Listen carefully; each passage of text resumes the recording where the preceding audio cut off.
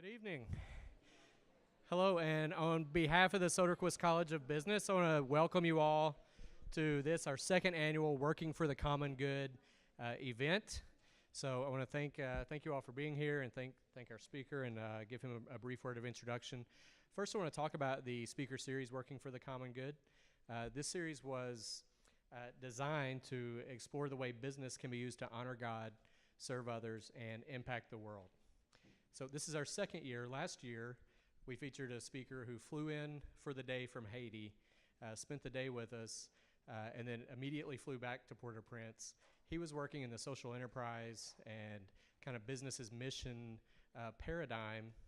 This year, we wanted to send the message that to honor God, serve others, and impact the world, you don't have to move to Haiti, and you can work in the for-profit space. So this year, our speaker is a local, or practically a local, and it's my pleasure to introduce Doug Nystrom.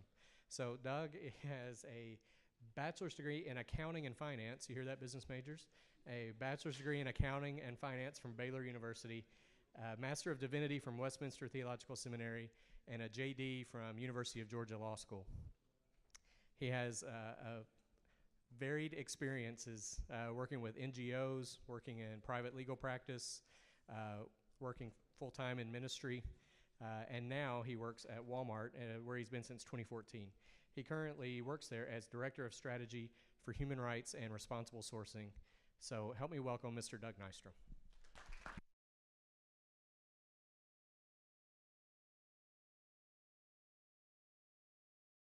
Thank you, Brad.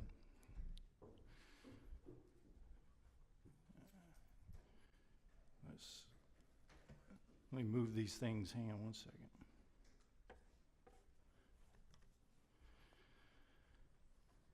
Well, I'm honored to be here. I appreciate the invitation.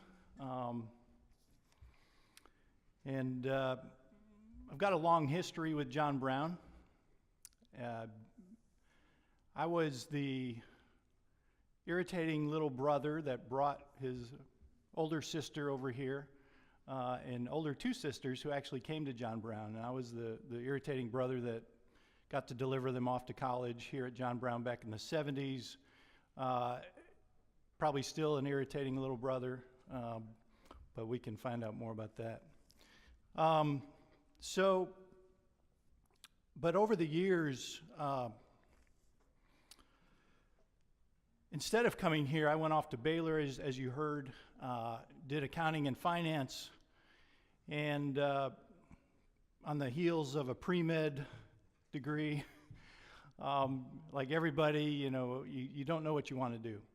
And so I started off pre-med, biology and science and math, and figured I was getting a little too narrow-minded. And so I ended up taking a political science class, loving it, and deciding this is what I want to do with the rest of my life. And until I told my father, who felt like that was a dead-end degree, so I got an accounting degree, because you can do anything with accounting. And so I got accounting and finance, but I was able to get my fix with political science by going to law school. So I went to the University of Georgia, in Athens, Georgia, became a Bulldog, and studied there primarily because they had a great international law program. They had a former Secretary of State, Dean Rusk. They had one of the modern architects of international law, a guy by the name of Louis Sohn, who was at the charter drafting of the UN in San Francisco at the San Francisco conference, and learned a lot of international law, both public, private international law, a lot about the UN, about human rights. Loved it. So what I do, I went off and took a job in Savannah, Georgia, not doing international law, and practiced down there at a firm that actually, if you've seen the movie Midnight in the Garden of Good and Evil, or read the book, that's the firm I practiced in. If you know the Georgia Bulldogs, they've got a mascot by the name of Uga, and the owner of Uga was a partner in that firm. So I got to see Uga every Friday before football games, because he would bring him in and tie him up. And you'd have to run past him to get to the bathroom before he attacked your legs. But Then he'd send off and go off to the games. But after 3 years of that, I decided that wasn't enough. I wanted to study theology, and so I went off to Westminster Theological Seminary in Philadelphia. Got a Master of Divinity, studied systematic theology for the PhD, and pastored, 9-year sabbatical from law, doing a lot of pastoring in South Carolina, Texas, and then decided really I wanted to get back and bring a way to kind of merge my backgrounds. So I wanted to figure out a way that I could do law, business, and some of that theology. So moved up here to Northwest Arkansas, ended up working in my brother's accounting firm. See, accounting always comes in handy, so those accounting majors, good job. You'll have a job the rest of your life. Came up here, did that, transitioned to an NGO that was in school choice, trying to promote vouchers, public and private vouchers. So I got back into the political science area a little bit. Then, make a long story short, from 2001 on till 4 years ago, or about 5 years ago, did a mixture of private law, more NGO work, banks, retail, real estate, So a lot of different things, took me a lot of different places. But it was 4 years ago or 5 years ago that, brought me back here. And like I said, we've got a long history. My sisters have gone to John Brown. My son graduated from John Brown in 2015, a mechanical engineer. You probably wouldn't know him because they don't come out of the building over there. My wife and I were on the Parents Council here for those years that he was here. Loved John Brown, great institution. And I've also been an adjunct faculty. So I've taught here when I first moved here taught evangelical theology class in part of the biblical studies department. Taught in a few years back in the political science department, taught intro to political philosophy. So now I'm making the rounds to the business school and coming to the next department. I don't know which one's next, but moving around. But it's been a lot of good, a lot of fun. So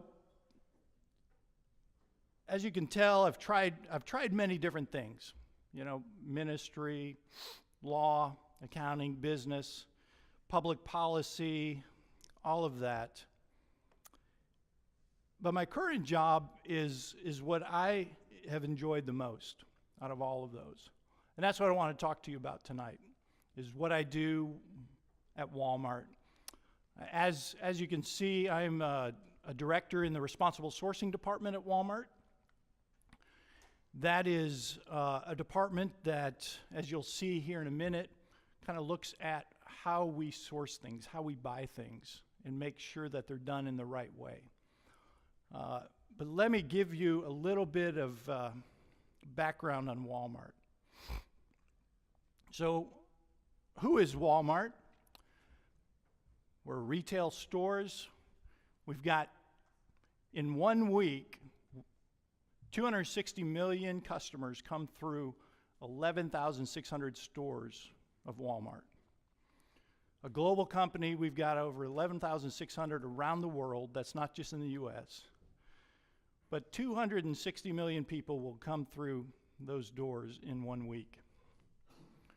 We've got 2.3 million associates, that's employees, around the world, 1.8 million here in the U.S.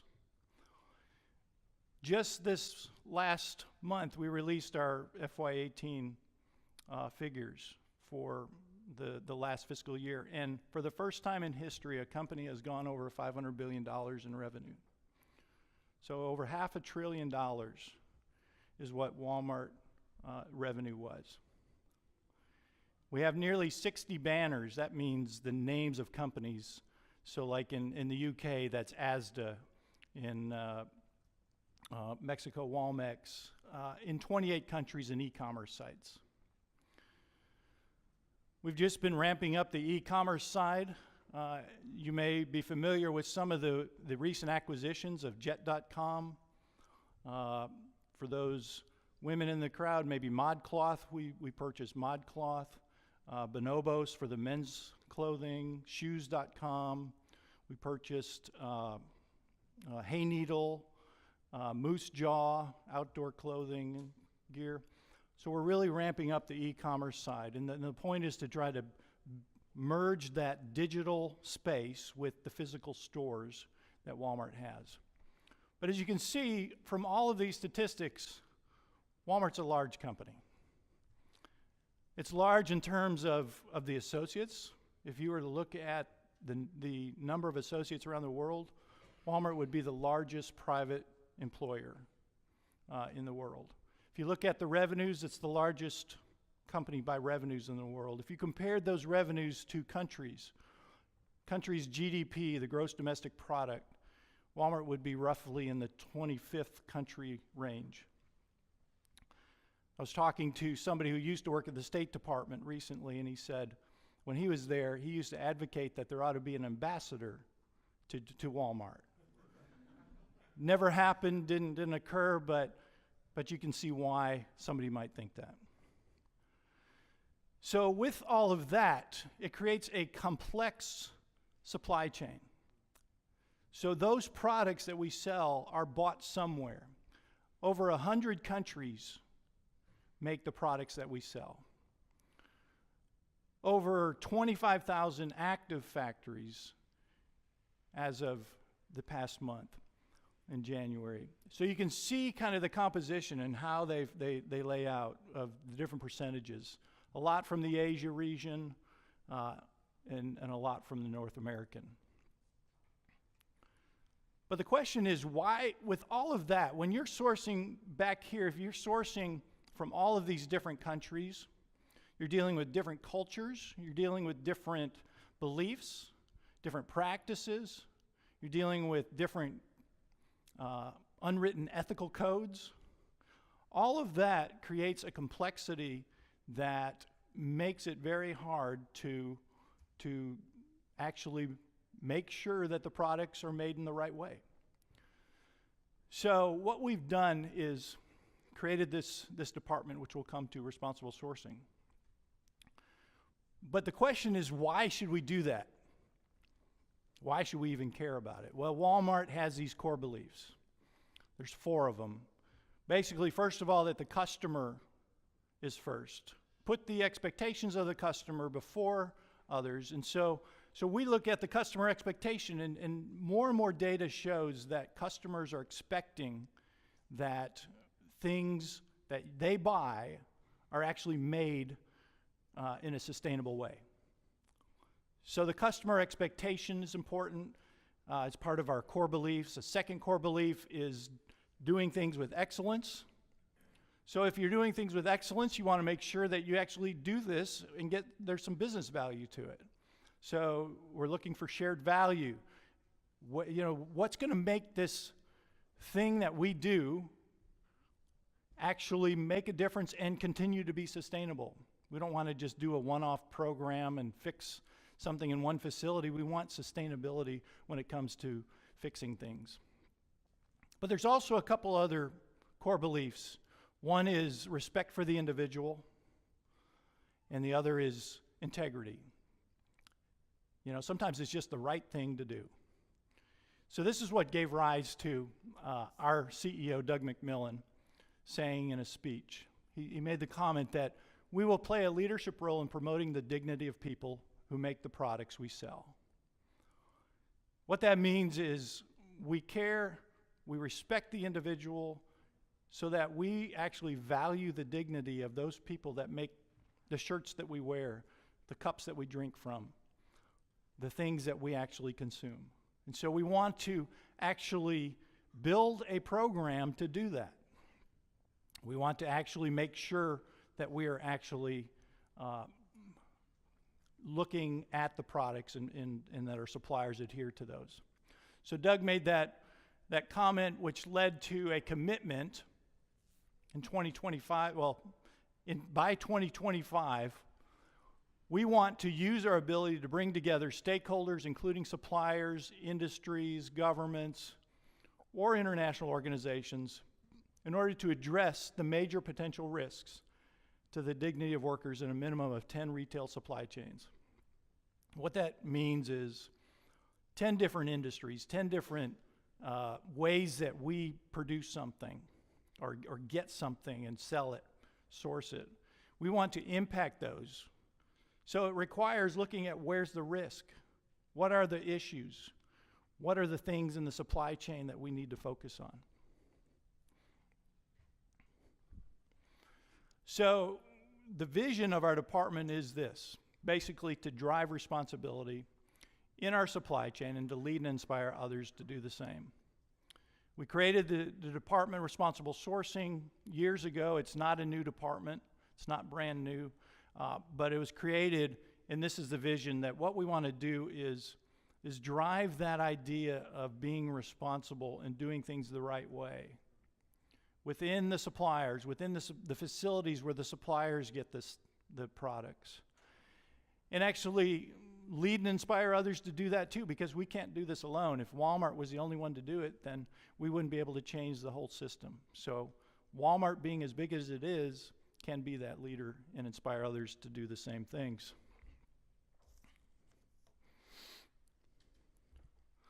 So back to the slide of the complexity of our supply chain here. So with all of those countries, over 100 countries, over 25,000 factories, what we've done is we've created a department that has over 180 associates around the world in 22 different countries. We've actually, 60% of those associates actually train and guide suppliers. They work with the suppliers.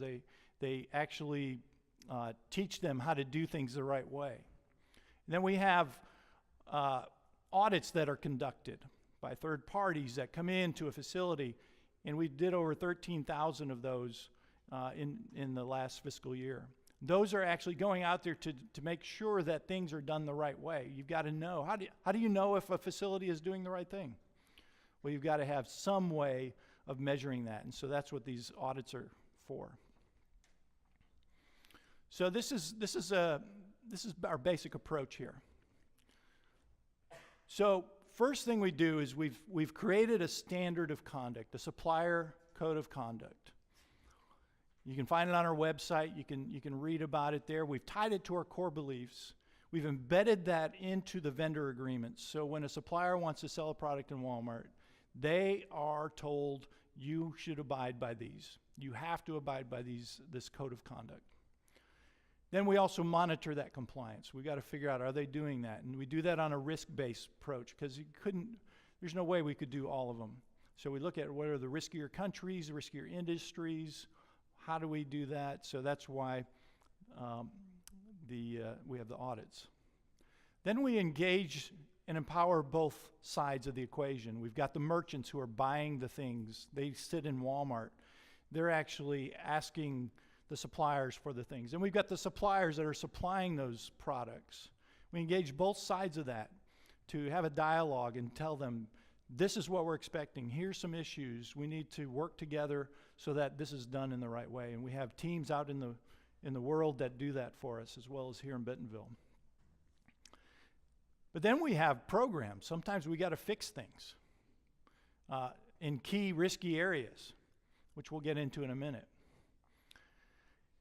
And then we've got to try to collaborate with stakeholders and try to lead industries toward positive change. Again, we got to come back to this point. Walmart can't do it alone. The way we lead is to actually bring about more collaboration. So this piece here about managing programs and key risk areas, it raises a question: what are some of those areas of risk? These are some of the ones that we're looking at. So we have forced labor, we have human trafficking, we have life and fire safety. Issues that we would say are more the severe issues in our supply chain that we need to do something about and try to work with suppliers and facilities. These are some of the different industries. I said we were looking at 10 over the next, what do we got, 7 years. We're looking at apparel, we're looking at shrimp, we've done stuff in produce, electronics, tuna. These are some of the hot spots that if you've watched the news, you may have heard of some of them. I want to go into just a couple of them.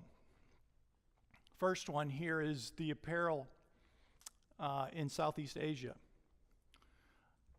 I don't know if you followed the news. This is about, this news is really 5-6 years old, or about 5 years old, but back in 2012, in November, this was the headline: Dhaka, Bangladesh, clothes factory fire kills more than 100, on the BBC News. So immediately there was an issue. Wasn't the first. I mean, there were some other hints at things in Bangladesh. Then April, just a few months later, building collapse in Bangladesh leaves scores dead. In the first one here, we had over 100 people killed. An electrical connection short-circuited, caused a fire in a garment factory. Bangladesh has a large export of garments, the big industry there. And one thing about garments is that they can catch fire easily. So they have large stacks of them. They don't have any building codes. They don't have any electrical codes. They don't have any building safety. So this occurs. Then in April, you have this collapse of this factory that was a factory that included on the ground floor stores, included apartments, a bank, had 5 or more factories in this building. It was originally not not built as a factory, but more for commercial use, but yet it was used for that. It had some machinery on the top that vibrated, ended up causing cracks in the facility, and the facility fell down, and it killed over 1,000 people. So what do we do?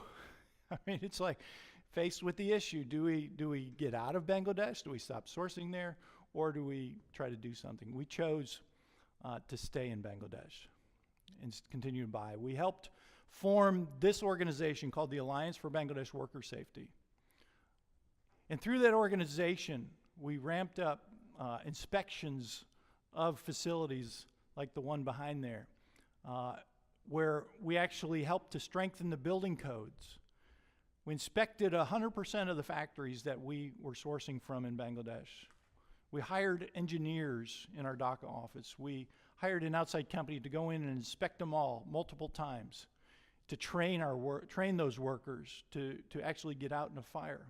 One of the things I failed to mention is in that in that fire example, workers didn't get out because there weren't enough fire exits. There wasn't proper way of exiting. Here, you guys know there's an exit door, and if you were to get out there, all you got to do is push that bar, and the door opens. In Bangladesh, it wasn't like that. Doors would be locked. In fact, sometimes a door was an accordion gate at the bottom of the stairwell. So when you come down, you're trying to exit, like you've been told, go down the stairs, not the elevator. In a fire, that gate would be locked, and you couldn't get out. And there might be a security guard there who's like worried that you're actually rioting and stealing the materials from the place and saying, nope, I'm not letting you out. Those are some examples of what used to happen.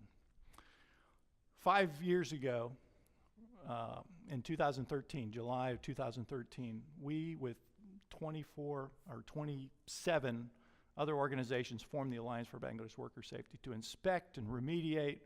We established a hotline or helpline there where workers can call, and actually if they see an issue, a fire or whatever, they can call the hotline any time of day. We trained 1.5 million workers through the Alliance on simple things like fire safety. How do you put out a fire? How, if there is a fire, get down on the ground and crawl so that your head's below the smoke.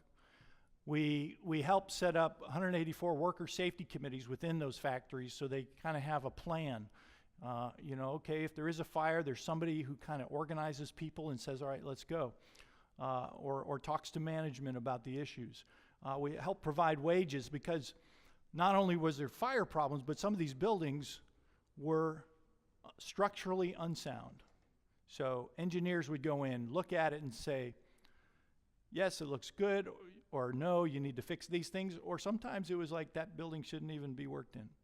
And so through the Alliance, whenever that occurred, we helped to provide wages for over 6,600 displaced workers because their facility was declared to be not workable or safe.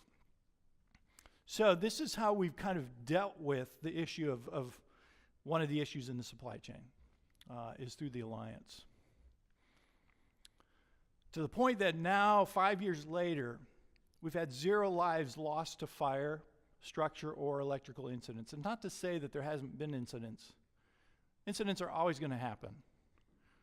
But through training, through reducing the issues, we've been able to get to 0 lives lost in the factories where the Alliance has led the remediation. That's apparel. Let's look at seafood. Another issue that's come up in the supply chain. Guardian article, June 2014, pointed out through an investigative journalistic effort that there were labor abuses in Thai shrimp supply chains that actually supplied shrimp to the US and UK retailers. Now what was going on here is you would have the fishermen who weren't Thai, but usually like Indonesian from another country, on a fishing boat. The fishing boat would be out at sea, catching fish, not fish that you and I would eat, but junk fish. They would bring it in, they would sell it at port to some company that would then process that fish. But they wouldn't let the fishermen get off the boat. You know, basically keep them out at sea as much as they can, so that they can manipulate them, so that they can actually enslave them. I've met fishermen that actually the way they survived was being thrown overboard to die, and yet they've survived. They've been beaten. You can go in and you can read these articles, you can see others. It's just not pretty. But what was happening is they would sell these fish. It wouldn't be fish again that you would buy, but it was fish that was sold to a processing company that would then process that, grind up that fish, sell it to a company that would then turn it into fish food that would be sold to a shrimp farm. And most of the shrimp that we eat is raised on a farm. It'd be in Thailand, so they'd raise it on that shrimp meal. They would then sell it to processing, and they would sell it to a supplier, sell it to Walmart or Costco or Sam's Club. So that was what was going on with this shrimp. Very, very far up the supply chain. I mean, nowhere where even our audits would even see it. But it was uncovered by the Guardian. So what are we going to do? What did we do? Well, back to the collaboration idea. We started with an organization called the Consumer Goods Forum, where it's a large organization of retailers, of fast-moving consumer goods. We kind of got aligned, okay, we need to do something about forced labor. Sustainable Fisheries Partnership, trying to improve the social environmental standards around the shrimp farming. We, through our Walmart Foundation, gave a grant to International Justice Mission so that they could do a prevalence study of forced labor in Thailand in the fishing industry, which is publicly available. You can find that. They also gave to the ITSRA Institute to help with that study. They helped do that prevalence study. They also, through the ITSRA Institute, created a worker hotline, almost like a Yelp. The Walmart Foundation donated money to ITSRA to create this so that workers could kind of text about labor brokers that were abusing or doing the wrong things. Then we helped establish the Seafood Task Force, which is an organization I'll show you next, but it's basically a gathering of companies to tackle labor abuses in the supply chain, particularly in Thai shrimp. And then we've also done training for suppliers, helping suppliers to build their capacity to be able to do the right thing and understand our expectations. The Seafood Task Force was created. You can see all the companies that have been involved in it. Costco, Walmart, Tesco from the UK, Morrison's from the UK, Mars, ones you probably recognize, as well as NGOs you can see in there, and then in other types as well, some certification programs as well. But it's been a big organization doing a lot of good, a lot of things going on here, and they're going to continue. But the idea was, if we can raise the tide with the industry, rather than just do something on our own, we can have more of an impact.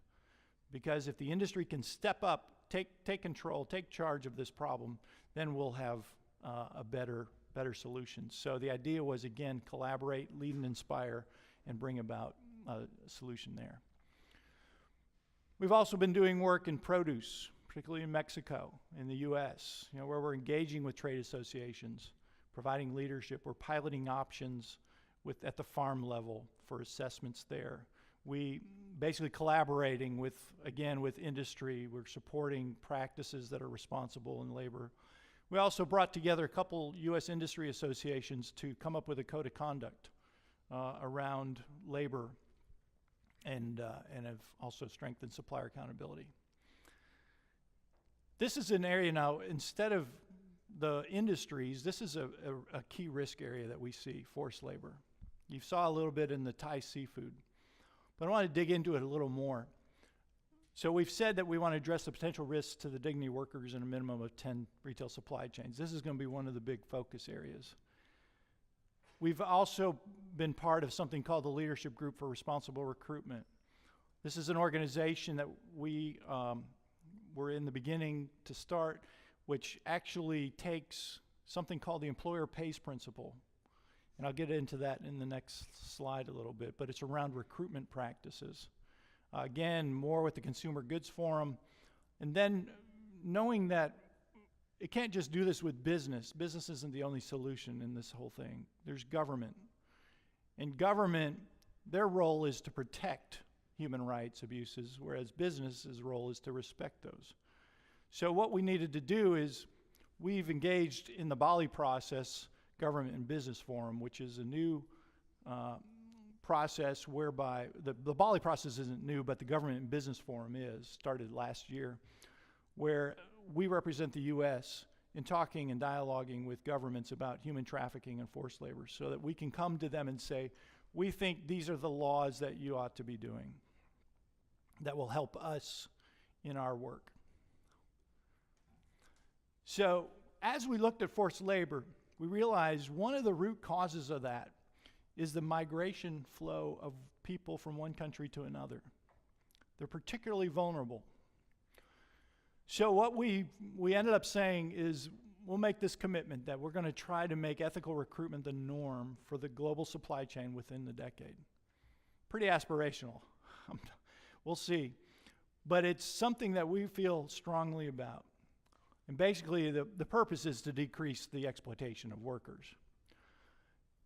Some of the ways we're doing that, again, I mentioned the Leadership Group for Responsible Recruitment. This group in particular is comprised of companies like IKEA, HP, HPE, Unilever, Mars, Tesco from the UK, Marks and Spencer, and then some construction firms. What they've organized around is said, we will commit to one principle and that's it, which makes this very simple but very effective. And that is that the cost of recruitment should not be borne by the worker, but they should be borne by the employer. They should be paid by the employer. The typical practice in the supply chain is this. A worker wants to get a job. Let's say it this way. The supplier, the facility, the management of a facility needs, let's say, 100 workers. They go to a labor broker. Let's say it's in Malaysia. They go to a labor broker who then goes to a labor broker in Nepal and says, okay, get me 100 workers. Because we don't have enough workforce here for this work. So they get these labor brokers to then go out, get subagents out in the villages to say, we got a job in Malaysia. We'll promise you this, this, and this. They're like, okay. So they come along the journey, and each step of the journey before they leave Nepal, they're charged different fees. Fees for medical checks, for the passport or visa, fees for taking a test, transportation fees to get to Malaysia. And then they get to Malaysia and there's even some more fees. By the time they get to the job, they're indebted for maybe $700 to $1,000. Doesn't sound like a lot, but the wages on a 3-year contract will hardly pay that off. So the problem is they now become indebted for the life of that labor contract. That, if you tie that to the fact that when they get to Malaysia, they might have their passport taken away. So now they can't move around the country, right? They can't go up and get pulled over and say, look, this is me. They could actually get thrown in prison if they don't have it on them. They don't speak the language. They might not even have the same contract that they were guaranteed when they left Nepal. Now you have a situation that's basically indicating forced labor. Some people call modern day slavery. That's the situation that we're trying to address with responsible recruitment. But that's so complex, we're boiling it down to like a simple solution. Let's change the economic model here and get the employer to pay instead of the worker. If we can fix that, then I think we'll go a long way to fixing some of the issues of forced labor. Because it's not just Nepal to Malaysia. This is the problem in Thailand with the fishermen that we talked about earlier. They're coming from Myanmar, they're coming from Cambodia, Indonesia, into Thailand. You've got this problem in the Middle East, where most of those workers aren't from the Middle East. They're from Bangladesh, India, Pakistan, Sri Lanka. And so if we want to tackle the problem, this is one of the root causes. But it's a very complicated, you've got to change the balance here of who's paying. You've got to work with the suppliers and get them to understand we expect now that you will be paying for these workers to be recruited. We've got to work, so basically raising the demand for ethical recruitment. But if we're going to raise the demand, we've got to have the supply. So we've got to raise the supply of that. So we've got to work with the labor brokers and get them educated, build their capacity. We've got to be able to get them certified so that a supplier can say, that's a good one, that's not a good one, that's a good one. Then we got to work with the governments.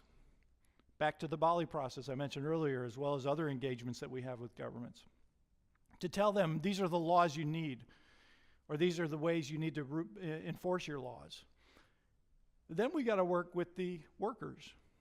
If you think about it, a worker, what we're finding out is they don't trust that you don't pay for a job. It sounds simple to us that, man, I shouldn't have to pay all that. But if you really think about it, you don't get something for nothing, right? So we've got to educate them. No, it's okay, it's safe, that if you actually take this and not pay for it, you're going to get there safely. So all of that going on, we're piloting approaches in Thailand and Malaysia as part of the leadership group with these other companies. We've decided let's focus on those two countries over the next 2 years. So we're trying to make a dent and an impact and change that across sectors, not just one industry, but multiple ones. That's where we've got Mars, we've got Thai Union, Nestle, and then up in Malaysia we've got some of the electronics companies. Lots of electronics going on there. So that's around our responsible recruitment. What I want to do is finish the presentation with this video here, just to give you an understanding, and then I'll have a few more remarks. Imagine spending all of your savings to secure a job hundreds, perhaps thousands of miles from your home. Upon arrival, your passport is taken. You cannot leave. You are physically threatened and forced to work in horrible conditions, trying to repay the recruitment fees your employer says you owe. And your family back home, who you are trying to support, the reason you took this job, will receive nothing. In our world of opportunity and progress, it's hard to believe that forced labor still exists. Yet thousands of migrants leave their homes with a hope of better wages and a better life, only to find a grim reality waiting for them. This issue is seen in areas of Southeast Asia, where workers travel to Thailand for the promise of jobs in the seafood industry. At Walmart, we care about the men and women in our supply chain, and we want our customers to take comfort in knowing that the products they buy are sourced responsibly and workers in the supply chain are treated with fairness and respect. But it's not about making customers happy so they will buy more seafood. It's about doing the right thing. Making progress in the fight against forced labor is a challenge, and it's bigger than one retailer can handle. Which is why we work with other retailers, NGOs, governments, nonprofits, and of course, our own suppliers. Right now, we're leveraging our size and resources and working with several organizations to bring about real and lasting change. Our CEO, Doug McMillon, recently laid out a bold vision of Walmart's role in societal issues. Our world is increasingly transparent, and we are out to earn trust. When people shine a light on Walmart, a light on our decisions, the jobs we create, the activities in our supply chain, we want them to like what they see. So we'll make good choices, not only as it relates to creating shared value, but also when it comes to ethics and compliance. Now and in the future, Walmart will be a leader in promoting the dignity of people who make the products we sell. We want to become the world's most trusted retailer, not just by offering affordable goods and a time-saving shopping experience, but by building trust and transparency with our actions. And so many are counting on us. So that's Walmart. That's what we do. That's responsible sourcing. That's the extent of that. And now I want to shift just a little bit and talk about my own personal approach in faith. So this is a postlude. This is all that we do. This is Walmart. But if you think about, I can't help because of my background in ministry and theology, to start to think about things about how it relates to my own faith and what I do. And as I thought about that, it's really a call to action for us here at home. You as a consumer, need to be educated. Where are the products that you buy coming from?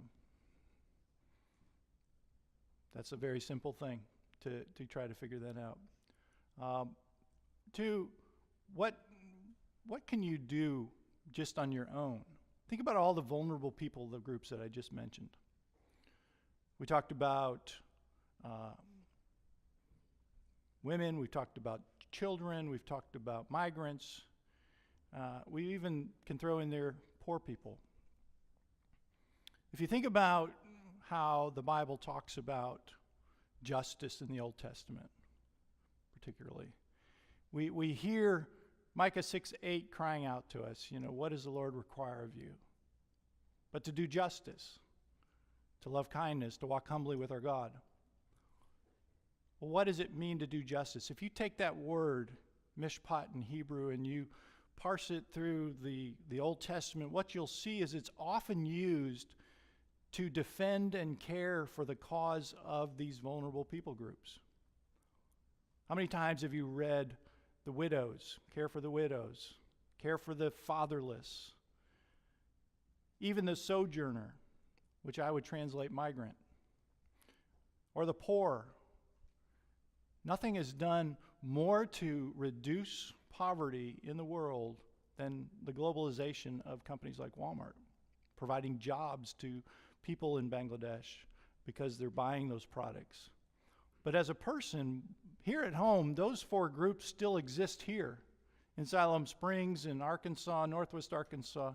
You've got women, you've got children, you've got the poor, you've got migrants. How do we care for them? What do we do for them? This isn't just a Walmart thing. It's something that we can all take up the cause of these vulnerable, defenseless people. And that's actually the character of God, is to do justice. Let me read for you from Psalm 146. It says that God is the one who executes justice, again, the word mishpat, for the oppressed, who gives food to the hungry. He sets the prisoners free. He opens the eyes of the blind. He lifts up those who are bowed down. He loves the righteous. He watches over the migrants. He upholds the widow and the fatherless. But the way of the wicked he brings to ruin. So if God does all those things, why shouldn't we? Now, as you think about, if you're a student, if you think about your careers, you don't have to do this at Walmart. You can do this in any career you've got. You don't have to be a social entrepreneur. You can do it just in those around you, the people that you come in contact with every day. Or seek them out if you don't come in contact with them. But it's something that we should all take up the cause of. So let me end with that and be glad to turn over to questions and answers. Right, Brad?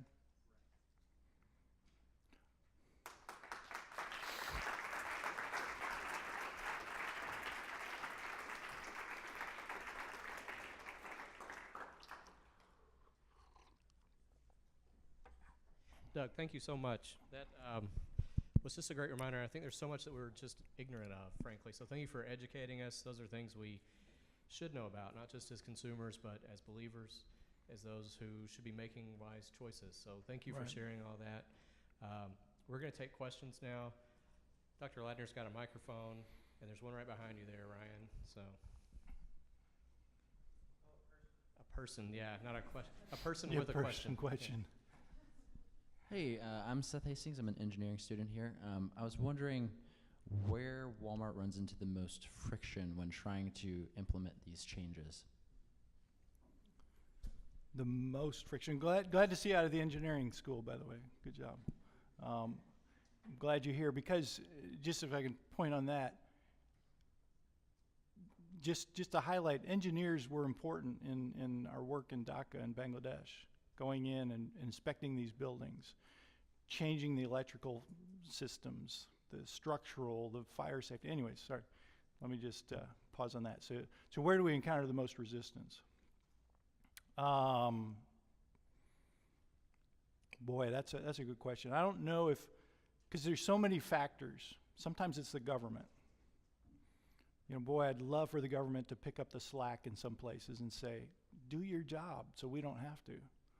Sometimes it's suppliers because they're not listening, or they've got a different code of ethics.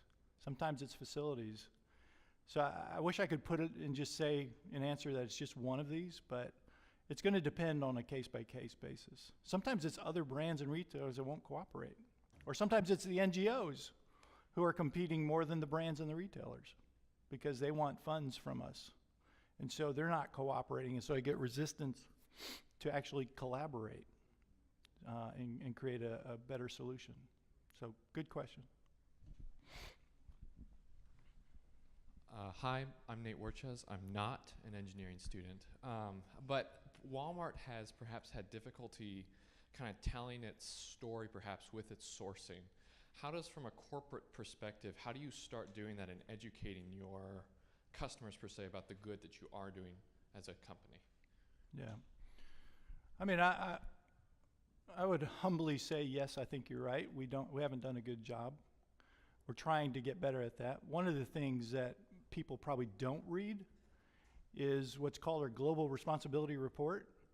It comes out every year. It's going to come out in April. Comes out April every year. It talks about all these things that we do. But there are other things that we can go further.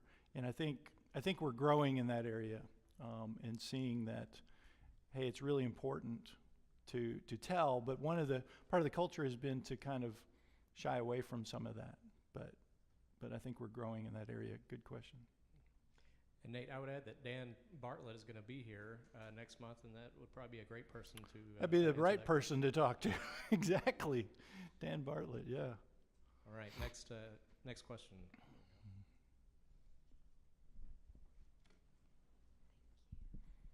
Hey, I'm Morgan. I'm an entrepreneurship student, and I was wondering, like, you gave the example in Bangladesh where you had the option to either pull out of the country or to stay and be a change for positive impact. How do you decide which countries to stay in and which ones to pull out of? That's a good question. I think you have to weigh a bunch of factors. I mean, I wasn't there when the decision was made on Bangladesh, but if you think about it, how much sourcing do we have there? You know, how much are we buying? If we pull out, what's that impact look like? How serious is the problem? Is it really severe? Can we fix it? Is it easily fixed? What's the impact on those workers if we do pull out? What's the impact on other suppliers and brands? So I think those are some of the factors you got to weigh. And what's the culture like? You know, that's going to play into, is it difficult or too hard to fix? And what's the history? Do we have, as well, do we have retail there? You know, which means we have stores also in that country. That would play a factor. So a number of different things. All right, other questions?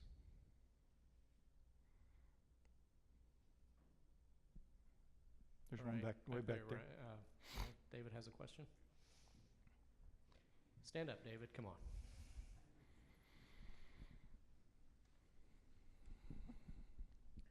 Hi, I'm David Ulrich. I guess my question is ultimately, if there's such a big issue with migrant workers leaving their country and then being abused along the process, why not just source in the country the migrant workers are coming from? That's a good question, David. You know, in fact, we get that comment sometimes. You know, for example, Myanmar. We're not sourcing from Myanmar for political reasons. It's risky, it's hard. There are others that are sourcing there. We have not been. So to dip our toe in that may not be the right time, but the Myanmar workers in Thailand are like, come to our country.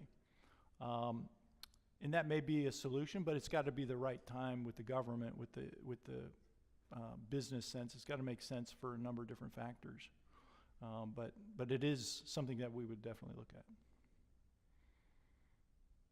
within the bounds of the law. There are certain countries that our government prevents us from buying from.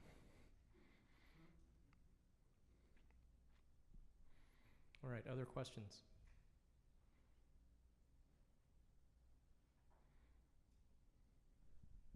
Hey, my name is Levi. I just wanted to ask some more of a personal question. With you having all these different careers and being able to transition to so many different things, how have you been able to find direction and purpose to know when to switch careers, and just kind of how you found your purpose through doing all that? That's a good question. A lot of the switches have been imposed on me. You know, I can think of being laid off, a company that merges with somebody else, and so they want me to move and I don't want to move, or one that just felt like, boy, this is the right switch, because it was more in line with what I really felt like I wanted to do. And sometimes they just fall in your lap. And so I guess what's guided me is wherever I'm at, like I'm not driven by the fact that I have to do exactly what I'm doing here, but more around whatever job I'm given, I need to make that little bit of chaos into the Garden of Eden. So basically do like God, take chaos and turn it into beautiful creation, but do that with whatever work I've got, and really make that shine, so that's really more my purpose, is to take whatever God has put in front of me and what opportunity it is, and actually cultivate it so it looks great, and do my best at that. And that, I think, can be done in any profession, can be done in any job. I even have a business where I sweep parking lots with my kids, where I've brought them along to actually take a broom and sweep parking lots. Even in that job, you can take chaos and turn it into something beautiful. Just learning that. So I think the purpose is more around the view of work than around the work itself.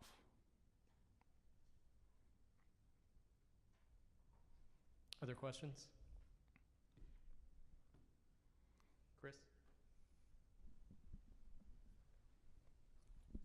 So talking about you mentioned the cultural differences and the difference in belief systems. So I was wondering, like, if Walmart provided leadership in the ethical sourcing, and when you went and did the inspection or the whole inspection in these countries, like, did you find any differences in maybe something that to them was not ethical, but from Western, Judeo-Christian ethics was indeed not ethical? And how do you deal with that differences in ethics? Does that make sense? Yeah, I think so.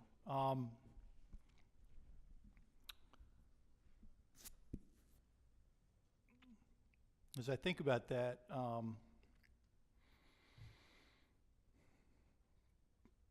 the principles that we have in our supplier code of conduct, the ethical principles, they're pretty universal. Some of the issues may come, for example, as I think about where some of the differences may be, you might find it around the age of child labor, perhaps, which is very different from country to country. Sometimes that's sort of a cultural thing, but we still feel like it's something that needs to be enforced. So I guess it's more resistance, but I think, it's not so much ethics, but practices. Like if I think about the trainings in Bangladesh, teaching them to understand that you do need to know how to get out of a building, or do need to know fire safety. You do need to do these things. The ethical differences probably don't come up as much as you might think. All right, do we have one more question?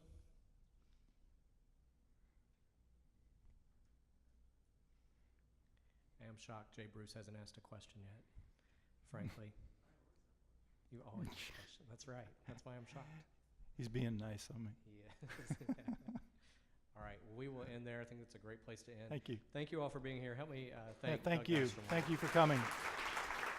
Thank you.